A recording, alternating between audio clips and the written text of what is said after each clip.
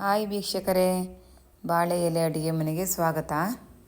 ನಾನು ನಿಮಗೆ ಇವತ್ತು ತಂಬುಳಿ ಸಾಂಬಾರು ಹೇಗೆ ಮಾಡೋದು ಅಂತ ತೋರಿಸ್ಕೊಡ್ತೀನಿ ಮಲೆನಾಡು ಸ್ಟೈಲಲ್ಲಿ.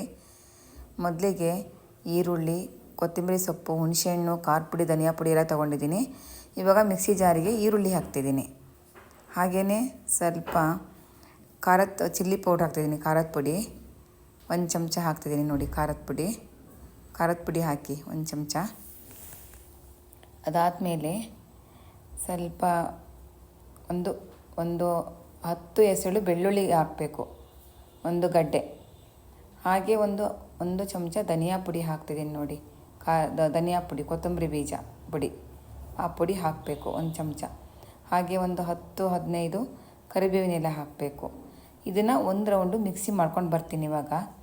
ಇದಾದಮೇಲೆ ಆಮೇಲೆ ಜೀರಿಗೆ ಹಾಕ್ತೀನಿ. ಮತ್ತು ನೆಕ್ಸ್ಟ್ ಸೆಕೆಂಡ್ ರೌಂಡಿಗೆ ಅದೇ ಮಿಕ್ಸಿಗೆ ಜೀರಿಗೆ ಹಾಕ್ತಿದ್ದೀನಿ 1 ಚಮಚ. ಹಾಗೆ 1 ನಿಂಬೆಹಣ್ಣು ಗಾತ್ರದ್ದು ಹುಣಸೆಹಣ್ಣು ಹಾಕ್ತಿದ್ದೀನಿ. ಇದನ್ನು ಮಿಕ್ಸಿ ಮಾಡ್ಕೊಂಡು ಬಂದೆ ಇವಾಗ ನೋಡಿ ಒಂದು ತಪ್ಪಲೆಗೆ ಹಾಕ್ತಿದ್ದೀನಿ. ಅದನ್ನು ಹಾಕ್ಬಿಟ್ಟು ಉಪ್ಪು ಹಾಕಿ ನಮಗೆ ಎಷ್ಟು ಸಾಂಬಾರು ಬೇಕೋ ಅಷ್ಟು ಮಾಡ್ಕೋಬೇಕು. ಉಪ್ಪು ಹಾಕ್ತಿದ್ದೀನಿ ಇವಾಗ ಚಿಕ್ಕದಾಗಿ ಕಟ್ ಮಾಡಿರೋ ಈರುಳ್ಳಿ, ಕರಿಬೇವು ಹಾಕ್ತಾಯಿದ್ದೀನಿ ನೋಡಿ. ಈಗ ಈರುಳ್ಳಿ ಕರಿಬೇವು ಹಾಕಾದ್ಮೇಲೆ ಸ್ವಲ್ಪ ಎಣ್ಣೆ ಹಾಕ್ತಿದ್ದೀನಿ. ಎಣ್ಣೆ ಹಾಕಿ ಸ್ವಲ್ಪ ಬೆಲ್ಲ ಹಾಕ್ತಿದ್ದೀನಿ. ಇವಾಗ ಸ್ವಲ್ಪ ಬಿಸಿ ಮಾಡಿದ್ರೆ ತಂಬುಳಿ ರೆಡಿ ಆಯಿತು. Thank you.